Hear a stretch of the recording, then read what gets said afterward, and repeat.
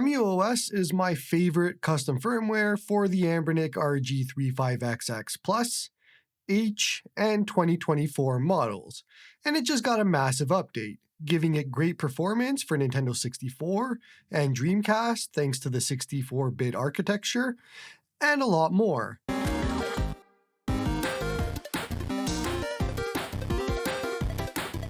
Hey everyone, and welcome back to Joey's Retro Handhelds. I'm Joey, and today I'm going to walk you through installing and setting up muOS. First, let me show you muOS in all of its glory, so you can decide if it's for you. It's a very minimalistic style operating system, but packs a lot of features and power if you want, and I'm a big fan of it. It's super easy to use as well. Games load super quick, and they exit super quick, and the entire handheld turns off and on pretty fast as well. One great feature is you can set it to boot right into your last game, and it'll even boot right into the save state for that game if you have one. There's Portmaster integration, SyncThing integration, web services, and a whole bunch more for advanced users. Last on things that muOS is great for is sharing the SD card if you want. I can take the SD card out of my RG35XX Plus and put it right into the RG35XX turn it on, and it'll even boot right into the last game that I was playing and into that save state. Everything just works. Just note that if you're going to do this, make sure that you head to Configuration, Device Type, and change it to whichever model that you're currently using. So if you put it right back into the Plus after, do this change again. Okay, so you like this operating system and you want more. Let's jump into the setup guide. First up, and stop me if you've heard this before, you're going to need a branded SD card. This guide is only going to focus on a single SD card setup, as personally I find that's the best way to experience this firmware. You can keep your original SD cards or whatever you've been using up until this point off to the side, just in case you don't like this operating system and you want to go back. So you have that option. For what this device plays, I would personally suggest a 128GB or 256GB card for this operating system. And you're also going to need a branded SD card reader. All of this is in my description if you need help finding it. Okay, so let's head to the muOS website, and we're going to be downloading the latest release as of this video, which is 2405 Beans as of today. They called version 11 Beans, in case you're wondering. Click download it from our release build page, and then just download the zip file. Once it's downloaded, unzip it, and you should see an image file inside of the unzipped folder. Now, we want to use a program called Rufus to flash this to our SD card. Head to the Rufus website and grab the portable option. Open Rufus and make sure that the device is your SD card. Usually it just matches the size. Click Select on the right and navigate to the image file and select it.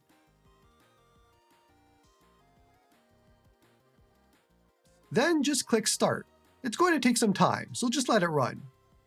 Once it's done, safely eject and pop the SD card back into the device in the slot TF1.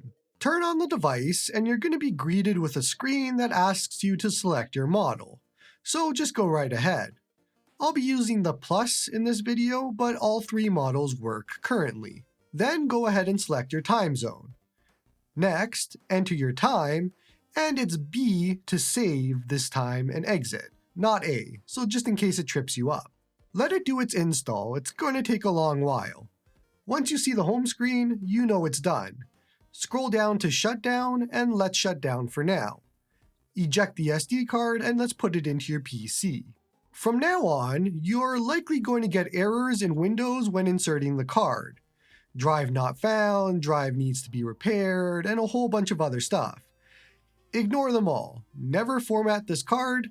Don't allow Windows to do any of that, or it's going to erase it. Open the muOS drive, and you should see it in My Computer. If not, open Disk Management in Windows and head to the drive, then give the very large exFAT partition a drive letter, so you can see it in Windows now. When you open the drive, you're going to see a few folders, and one of them is called ROMs. Look at that, it's super easy. Inside of it right now though is nothing. This is probably the best feature of muOS. It just doesn't care what your ROM folders are called. You could create a folder called Joey Sucks and put Game Boy games inside of it, and muOS is like, yeah, that's great, those are Game Boy games. Obviously, I don't suck, so don't call them that. But I'm just going to move all of my ROMs over now. All you have to do is make sure that they're in their own folders. So don't just put ROMs right there in that ROMs folder, make sure they're in subfolders. So a folder for each system would be the best way to do it. When all of that's done, you can head to the muOS folder and now jump into BIOS. This is where you would put your BIOS files. If you're coming here from stock OS, you can actually find those on the SD card from stock. It's just on the top level of the stock card in a folder called BIOS. You can copy all of them from it and move them here. You'll need BIOS files for PlayStation 1 and a few other systems, so I would suggest doing this step. Now that we put all of our ROMs here and we have the SD card connected, one thing that we can add is box art. muOS right now doesn't have scraping built in. That's a future update. So we're going to have to use a program called Scraper to do the box art for us. Feel free to skip this section if you don't want box art, or maybe you want to do it later. For everybody else, let's go right ahead and I'll be moving fairly quickly here. Head to screenscraper.fr and make an account. Click Scraper at the top right and then Download at the top. Download for your operating system. I'm using Windows. Extract the 7z file using 7zip. Open scraperui.exe and log in with your Screen Scraper credentials that you just created. Click Validate and then Next. Let it go ahead and download resources. It's going to take a very long time, but through the magic of production, it's done. Click Generic Emulation and then Next. Now it wants to know where your ROMs are. So click the folder and navigate to your SD card and the ROMs folder. You should see that it shows all of the systems here. But if it doesn't, don't worry, just click Next. Then Next again. Now, if you look on the left, that is all of the system folders that it found, regardless of whether there's ROMs inside of it or not. Or maybe you don't see any system folders at all. It's definitely possible that it missed a few, especially if you named a folder Joey Sucks. So, all we have to do is click the plus icon in the bottom left, click the icon for the system that you want to add, and you should see it on the left now. Now, all you have to do is change the Games ROM folder on the right to the system that's on the SD card. So just navigate to whatever that system is and select that folder. You'll have to do this for any missing systems. Shouldn't take you very long, but once you do, we can move on. Now, due to how muOS is set up, we have to scrape on a per system basis. So you can't select all systems and then scrape. We'll have to do it per system. So click a system to start with on the left, and I'm just going to choose PlayStation. Head to Game List on the right and select the box to use specific configuration. Then change it to no backup, just update existing. Now head to Media, and we're going to use a mix provided by Antic.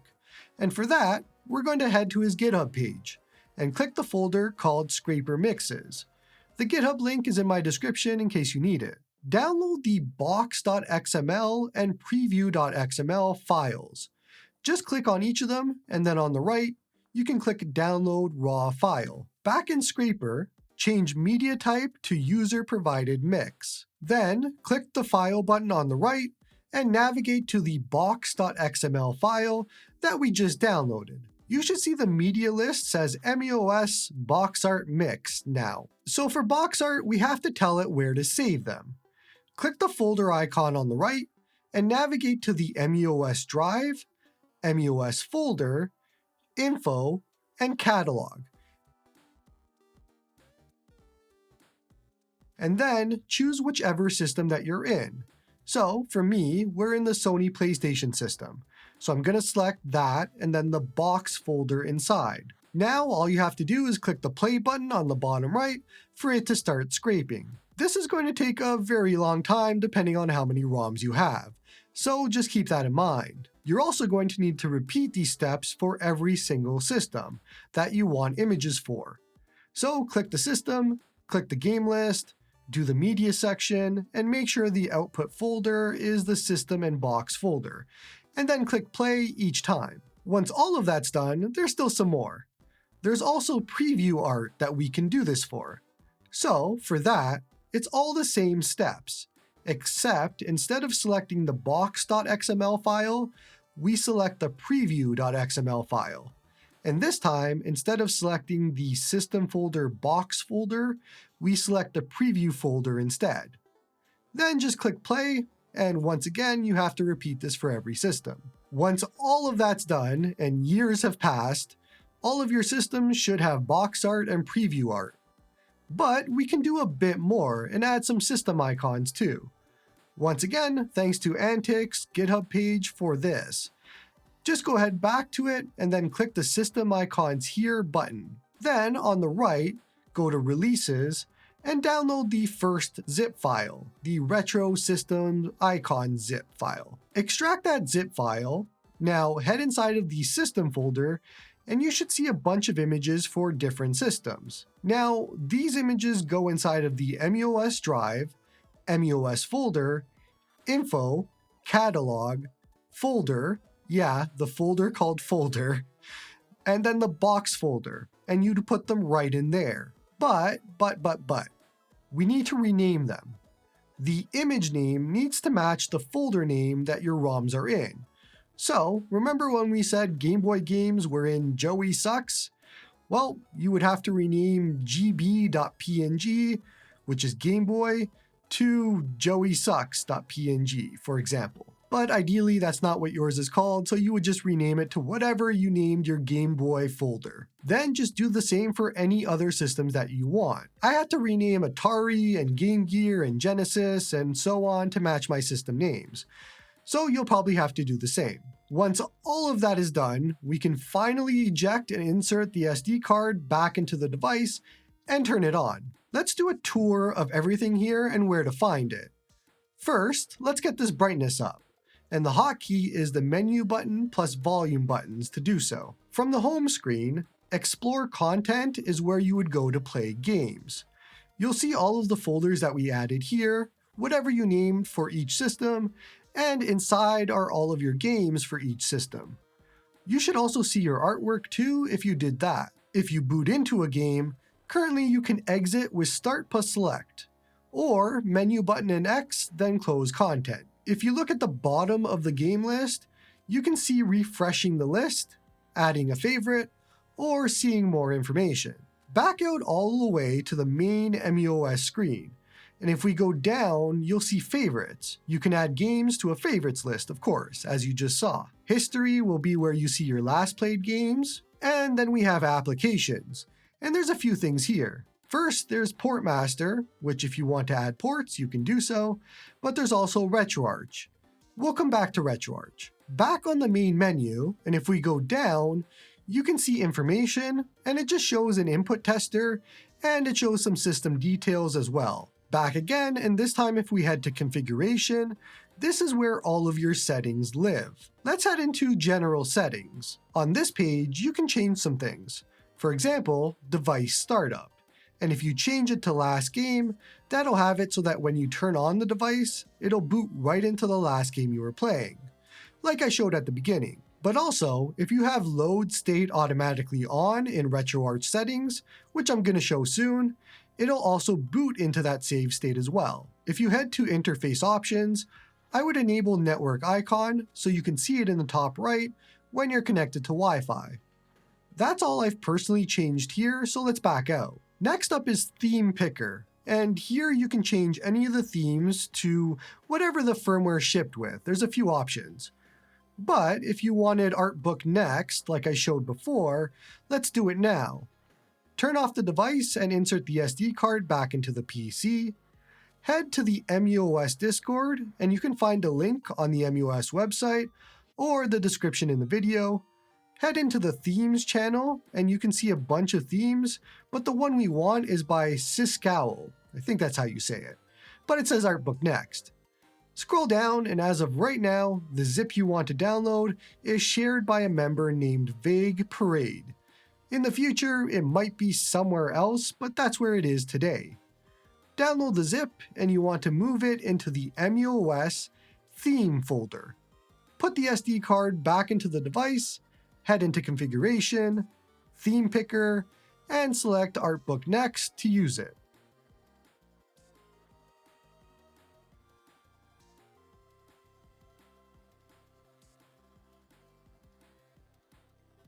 After Theme Picker, we have Wi-Fi Network, where you can connect to Wi-Fi. Just push X to scan for Wi-Fi networks, select yours, and then enter your password, and then connect, and you're all set. Back out and in Web Services, and you have some options here for some advanced users to sync saves or access this device remotely in a web browser. Back out and head to System Refresh, and this gives you a bunch of options to reset changes you've made in case of a complete disaster, or just to clean things up. If you ever screw something up in RetroArch, this is where you can fix it. Speaking of RetroArch, let's head into it now. So head to Applications and then RetroArch. The very first thing that I want to do is enable Retro Achievements. So head to Settings, Achievements, and then enable it. Then you can enter your username and password, and I would also make sure that Hardcore Mode is disabled. Back out, and this time head to Input, and then Hotkeys, and let's fix some hotkeys. The menu button is the one button for our hotkeys, so let's set up the rest. Personally, I want Fast Forward Toggle set to R2, so let's fix that. Then I want to exit our games using Menu plus Start. So for Quit, press Start. I don't want slow motion, so using Y, I'm going to remove it. For Load State, I want to use L1. For Save State, I want to use R1. And for Show FPS, I want to use A. Just to also avoid potential issues, I'm also going to change Quit Controller Combo to None, since we're using Menu plus Start to quit instead. So for all of these, it's the menu button plus whatever hotkey we set to do whatever the hotkey is. Back out and turn off Confirm Quit if it's not already off to avoid having to push the menu and start button twice to exit games. Back out and this time head to Saving, and we want to turn on Auto Save State and Auto Load State. Auto Save State automatically saves the state when you exit the game, and Auto Load State automatically loads it when you load a game. Also, if you set boot up to load last game, like I have it, it'll boot right into your save state when you turn on the device of the last game that you saved. Pretty handy. Now we're all done, so let's head all the way back to the main RetroArch menu, Configuration File, and Save Current Configuration. Don't forget this step because it saves everything that we just did. Then you can just quit RetroArch. Okay, let's talk about some other tweaks that you can do. Now, a lot of the systems come with overlays and shaders applied out of the box. And for me, that's no bueno. I don't like them. I hate them. If you're not like me, you can skip this, or maybe you can learn something about how to do this. You'll have to repeat these steps for each system and core, but thankfully, you only need to open a single game per system. So I'll just go and do Game Boy Advance for now. Push Menu and X when you open a game, and it'll open the RetroArch menu. Scroll down to On-Screen Overlay and turn it off. Then go to Shaders and turn it off. Then head to Overrides and save Core Overrides.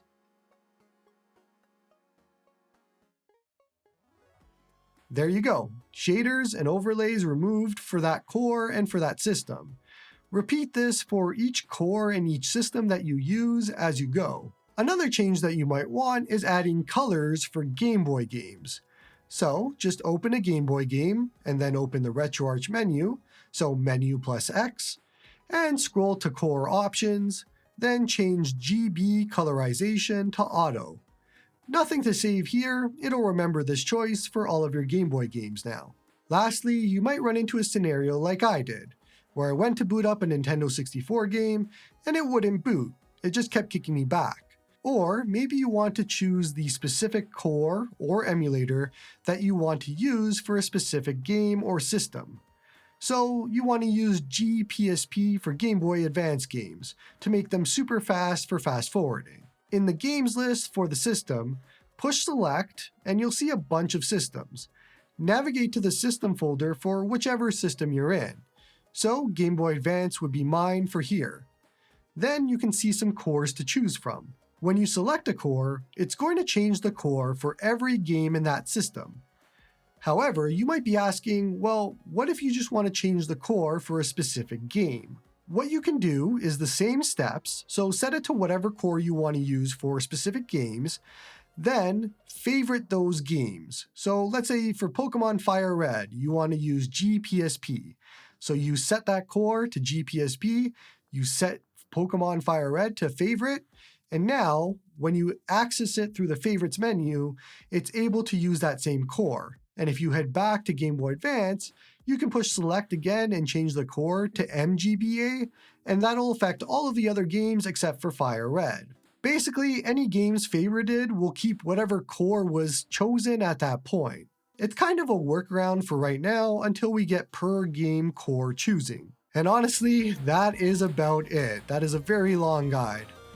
Should have helped you with a complete setup guide for muOS from top to bottom, but if you run into any issues, the muOS Discord would be the best place to go. Don't forget to like and sub to help the channel grow, and hope you all have a good one.